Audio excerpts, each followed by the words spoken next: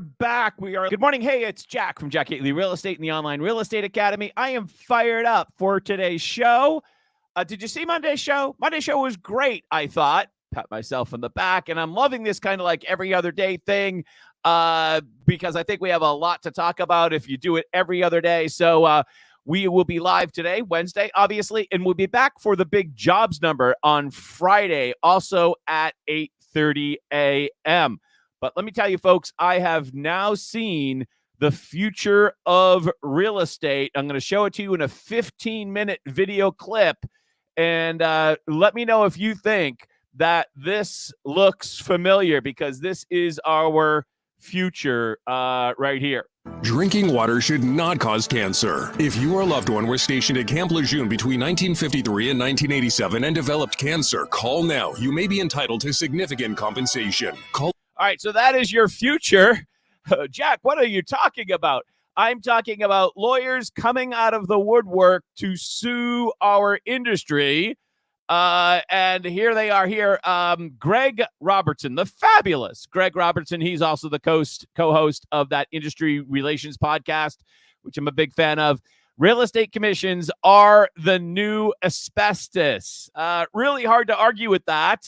And what he's referencing here in his Vendor Alley post are some Instagram advertisements from the Gibbs Law Group looking for plaintiffs. This is attorney advertising on Instagram. Sold a home with Agent Inc. You likely overpaid your commission. So he is looking for people to sue Agent Inc. Gibbs Law Firm is. And there's at least two of these such ads. Sold a home with Real Brokerage. I don't know Real Brokerage. You might want to look those up.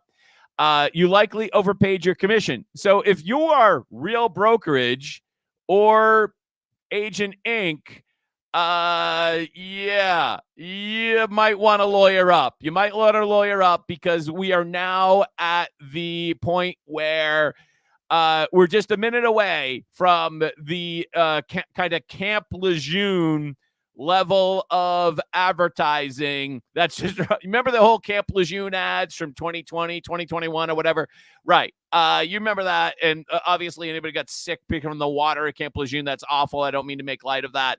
But we are just around the corner from basically that level of lawyer advertising to sue any type of medium or larger size agency. So, yeah, I mean, it's just a matter of time. Agent Inc. Operates in California, Texas, Florida, Nevada, Washington, Arizona, and Hawaii. I don't know about the Real Brokerage. I imagine they're probably out of California. I know the Gibbs Law Group is out of California. So there's that. So check your look one more time at these ads on Instagram, where these are basically lead generators, right? When someone sees this type of ad, it's obvious that the law firm is looking to represent you. And the guy is pretty upset sitting on the front porch. Pretty bad Photoshop, really, there on that ad.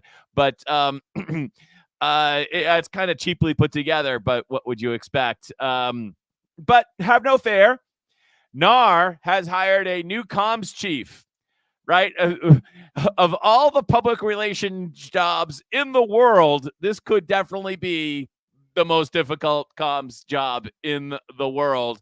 But fortunately, they have hired a new comms chief. I'm sure, if I was Suzanne, I don't want to pronounce her last name wrong, but if I was Suzanne, I would probably try to get in there for like a year or two, maybe 2 years, try to accomplish something, and then move on before the ship goes down, if I was you, Suzanne. There is a new lawsuit, 2 new lawsuits. And once again, as we've been talking about, you might need a spreadsheet to start to keep track of these. Some of these real estate websites, news websites, are starting to do kind of like listicles, and that's just not working. Literally, you need a spreadsheet at this point. So the 2 new lawsuits, they're separate lawsuits. One's in Florida. Apparently, these guys already bought their Instagram ads. And the other one is in Pennsylvania. They are different because of who's being sued here. So let's scroll down. In the Florida situation, they're suing the Florida Association. All right. So, yeah, that has 238,000 members. And they're also suing 16 brokerages. And these brokerages have agent counts of a low of 655 up to a 4,000 agent brokerage. So some of the names that are being sued in Florida, these names don't ring a bell to me. They're not like national names. If you folks are from Florida, you might recognize them. And I mentioned this a while back. Like I talked about a big name here in New England that I said, these are nice people, but they're probably going to get sued. And there's probably some nice people on this list, but they're probably going to get sued. And these are probably regional or pretty big players in their metro areas. If you know some of these people, it's not a very happy day for them. Charles Rutenberg, the K Company, Florida Homes, Dalton Wade, Florida Realty of Miami, Lifestyle International, Watson, Premier, Future Home, Michael Saunders. I don't know any of these names. And I think actually that's probably the point, is that they're regional names and or metro names, and they're kind of taking the brunt on this situation. Now, if you scroll down, and I'm going to just take it off the screen here. If you scroll down to the Pennsylvania situation, they are suing the multiple listing service in Pennsylvania, which is called, or the Western one. The MLS is all balkanized, right? Western Penn MLS, which is an independent-owned MLS, like MLSPIN here in Massachusetts. It's not technically realtor affiliated, but basically they have the same rules. And so they're suing the Western Penn MLS and a bunch of rather bigger names, Berkshire Hathaway, NRT, Sotheby's, Next Home. Apparently, Next Home has 2 operational agencies in Pennsylvania. And Realty One, again, I don't know Realty One. I've definitely heard of Next Home. Isn't Mr. DeWiggins from Next Home? He's been rather out front on this whole topic, if I'm not mistaken. So effectively, they're suing over the same thing. There's just different strategies. There are a lot of people to sue, and yes, it's just around Camp Lejeune level of lawyer ads are just around the corner. Just a matter of time. Now, remember, more or less, I'm pretty happy with where this could go in terms of how this could change our industry. Just want to remind you, folks, there's no perfect world, but I think overall, if the seller's paying for the seller agent and the buyer's paying for the buyer's agent, I think that is a better situation than what we have here. It's more fair. It's more transparent. It's not perfect, but it's better than what we have. That's just how I think about it, generally speaking. It is kind of a back to the future model, back to like before we had buyer agency. Not exactly, because people who want to have their own agent can still have it. But you're paying and you know what you're paying for, and it's direct and there's a lot more transparency. So we're not here to argue that, but more or less I'm in favor of the whole change. When we talk about the MLS and the independent MLS versus the realtor MLS, I think what's one of the things that's on the horizon here is if there can be a split where, and there's this other monopoly out there, like you've heard me talk about, there's the monopoly of the realtors versus the consumers, but there's also the monopoly of the realtors versus the agents themselves, especially when the agents are forced to get a realtor membership in order to get an MLS membership. When you're tying the purchase of two things together, that is a patently antitrust violation as far as I'm concerned. And it's prohibited in some parts of the country. And it seems as if we might be headed in that direction where there is some type of break between requiring NAR membership versus requiring in order to get MLS access. Fortunately, we don't have that in Massachusetts. I'm not a realtor. And I still have MLS access because our MLS is independently owned and operated. And talking about our MLS, today in Boston, there's going to be a hearing in front of Judge Saris. Is that how you say it? Where did it go? I thought I had this up here. Yeah, all I got to do is select a judge. There we go. Hold on. That is today. It is the no select hearing versus MLSPIN, which is our local MLS here in Massachusetts. That's at 9:30. I have registered to attend that virtually.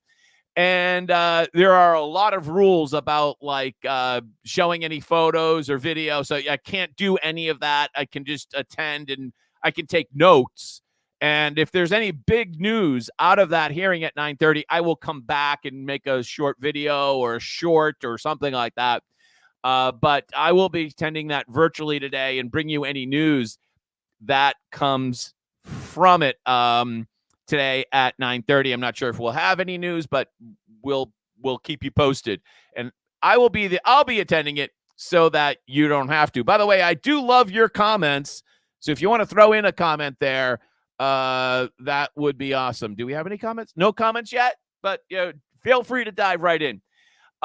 Important development is with this, and I think we mentioned this on Monday. The Department of Justice had their hearing the other day. Thank you, Inman, for posting this article. And it did not go well for NAR based upon the questions asked by the judges. And effectively, to use an analogy here, the Department of Justice is looking to reopen the investigation. And what they're basically saying is just because we closed something doesn't mean it's closed forever. A closed door can be reopened. And yeah, this didn't go well. If we scroll down here to some of the questions that they asked, here, in fact, Judge Florence Pan said the plain and ordinary meaning of closed does not imply and will never reopen.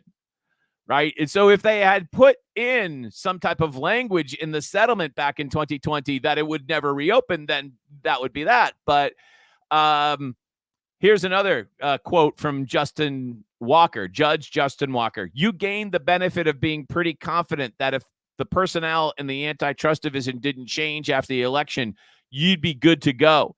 You made that bet and you lost. That is pretty harsh language from a justice, I think, considering a court case. That does not sound like you're going to win. The Department of Justice failed to comment or declined to comment after the hearing. Well, when the judges are doing all the talking for you, I don't think you need to when you're basically won the hearing, you probably don't need to comment. So that did not go well for NAR, although, sometimes the judge questions can not be exactly what happens when the decision comes out. But those questions from the judges tend to make you believe that the Department of Justice is going to win that hearing or win that case and then reopen that investigation. If they do that, again, not a lawyer here, too smart to go to law school, but that investigation getting reopened, just my gut feeling says that is some type of avenue. That is some type of regulatory avenue to come to some type of universal settlement on this whole topic from a regulatory point of view, maybe in coordination with the FTC, hard to say. But that did not go well for NAR either. You've heard me talk about 1,000 watt. And I just want to bring up two things from 1,000 watt today. And they did this little survey. What do you think was the most important, effective thing your agent did to promote or market your home? 33% of sellers said that it was promoting my home on social media. Our recent survey on sellers produced this nugget. People who value social media promotion of their home a lot, more than Zillow, more than putting it on the MLS, more than anything, Why? Well, our hypothesis is that sellers might know rationally that social promotion isn't really going to drive results. They value seeing their home, an extension of themselves, showcased to their friends and neighbors emotionally. How many times have we talked about the fact that a lot of your job as a real estate agent or a real estate broker is like psychologist, right? Right. I mean, I don't know if we talked about that enough on this channel, but if you're a practicing real estate agent, you know that a huge part of being a real estate agent is kind of being like holding their hand a little bit and walking them through the process emotionally. So apparently one of the big boosts that they get from selling the house is seeing their own home, which they might have recently fixed up, for instance, the pride of ownership they have in it, and seeing it so promoted on social media in a way that reflects themselves. And wow, what a great insight from 1000 Watt, because that is a nugget. That is a nugget that can get you a lot of listings. If you're sitting at the kitchen table and you're saying, listen, we can put you on the MLS, listen, we can put you on Zillow. Apparently, anybody can do that, right? But what type of original content can you produce to show off their home on social media? That seems to be what sellers are really interested. Making video. That seems to be what's really interesting to them. So that sounds like a gateway to get a lot more listings. And you've heard me talk on this channel about how in the future, you really want to be marketing towards sellers, not as much marketing towards buyers. So if you want to know how to market towards sellers, I think 1000 Watt just gave you a huge hint, By the way, 1000 Watt is also out with YouTube channel BAM. Bam? Is that how you call it? It's an awful nickname. I think I made fun of them recently on our channel because they were totally against the lawsuit. But as I said, they're out with their quarterly agent sentiment index from this fall. They just came out with this. Let's scroll down to see the fall agent in sentiment. On a scale of 1 to 10, do you view the future of your real estate business over the next 6 months? And the average was 6.13 in terms of 10 would be extremely optimistic. So when I'm looking at this chart, I'm like, I don't know what they've gotten in the number in the past, but that is down 0.65. So it was closer to 7 previously earlier this year in the summer quarter, I guess. Looking at that, like we're supposed to be an industry of effectively work for yourself entrepreneurs. And you would think that most people who are entrepreneurs are optimistic, right? I think we are. That's, we wouldn't be working completely for ourselves without any healthcare or anything up unless we were like optimistic that this was going to work out. And to see that your overall agency sentiment is like 6.13, that's not skewed to the super optimistic. That is not skewed to the super optimistic. How likely are you continuing to work in the business? The vast majority of people are continuing to work in the business. How likely are you to recommend to a friend or relative to enter the business? Not too much. So does that mean that people are trapped in the business? They would like to get out but can't? Or does that mean that people don't want competition? I don't know. You tell me. Tell me in the comments there. Not likely to recommend it to their friends and relatives. That's very interesting. How would you rate the sentiment of buyers? All right. So on the negative side, that makes sense, right? Less than 5% because it is a seller's market. There's not a lot of buyers that are optimistic. Certainly interest rates, generally speaking, not helping. How are sellers feeling? Kind of a middling number, mostly because of, again, the interest rates are, well, they're high, which makes it difficult for sellers to sell and then buy something else. 2, fire. charts from Resi Club, my favorite new real estate website. Yeah, this is just a great chart. Inventory change from November to November, pulled from the Lance Lambert inventory tracker. And you can see the more green is where the inventory went up, Now you can compare that to this other chart, Realtor.com hotness score. And they're almost the same, more or less. It's kind of there's a lot of overlap here. And this is not about sales volume. This is about price. And look at how hot the prices are in the Northeast, especially here in Massachusetts, where I'm from.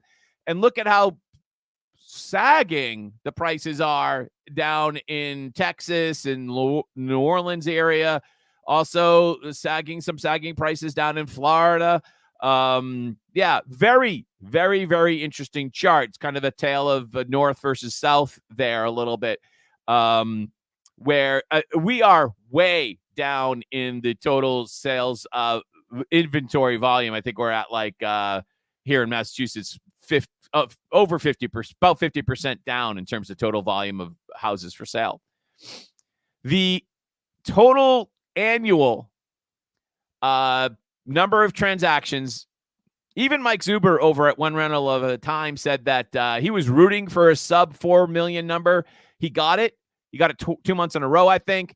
And he said the other day that he thinks that this is the bottom, that we will move to a higher volume next year. So if you're a real estate agent or a broker, especially if you're Redfin, who's dying because of the low volume, you got to be optimistic about this. Okay, volume is going to go up.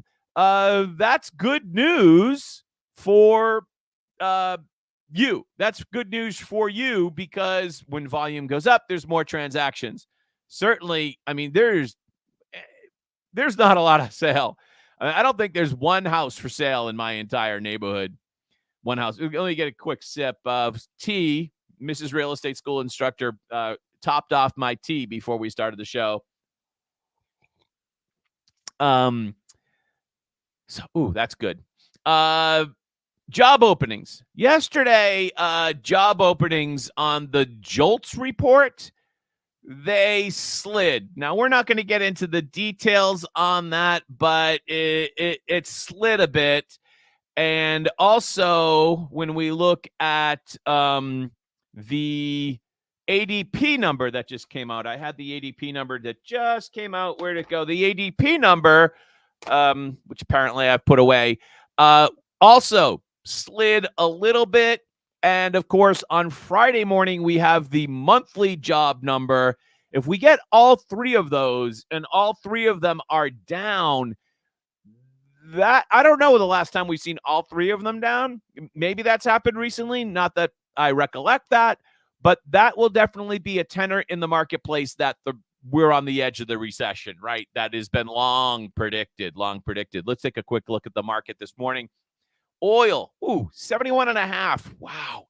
Dow futures, everything else up. The 10-year, I continue to be completely and absolutely wrong on the 10-year. Look at the 10-year this morning. Wow. Don't take investment advice from me. I do think that this will eventually go back up. But right now, the 10-year, this is staggering. Okay, clearly the trend has shifted, and I'm gonna obviously have to change my projection at this point.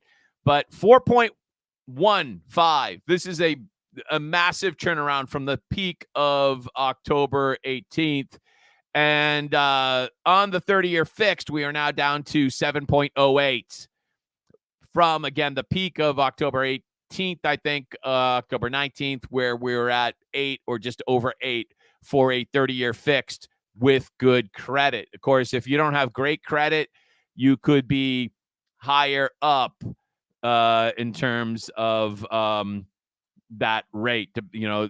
There's variables, obviously, with every loan. Excuse me. The firm Fathom Real Estate, which I'm not familiar with, maybe you are, out to raise more than $7 million by hiking agent fees and selling shares.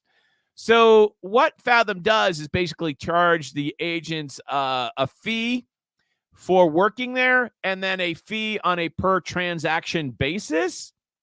And we're not going to get into the details of their particular comp plan, but effectively they need to make more money and they're hiking the fees charged to agents. I think their annual fee was only like $100.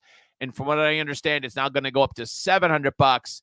And that basically comes off your first sale of the calendar year. And all their other associated fees go up from there based upon, they probably have a menu of fees or something like that. Is anything else I wanted to mention to you this morning? Wow, the 10-year just continues to take a nosedive. Literally as we talk, look at that thing just continue to go down. I think that's pretty much the end of the show for today. I'm so happy to be with you. Remember, I will be attending that MLSPIN hearing virtually.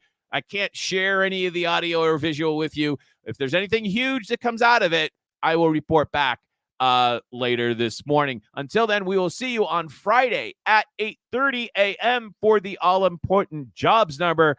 I'm Jack from Jack Gately Real Estate and the Online Real Estate Academy. You have a great day. Go make some money. Bye-bye.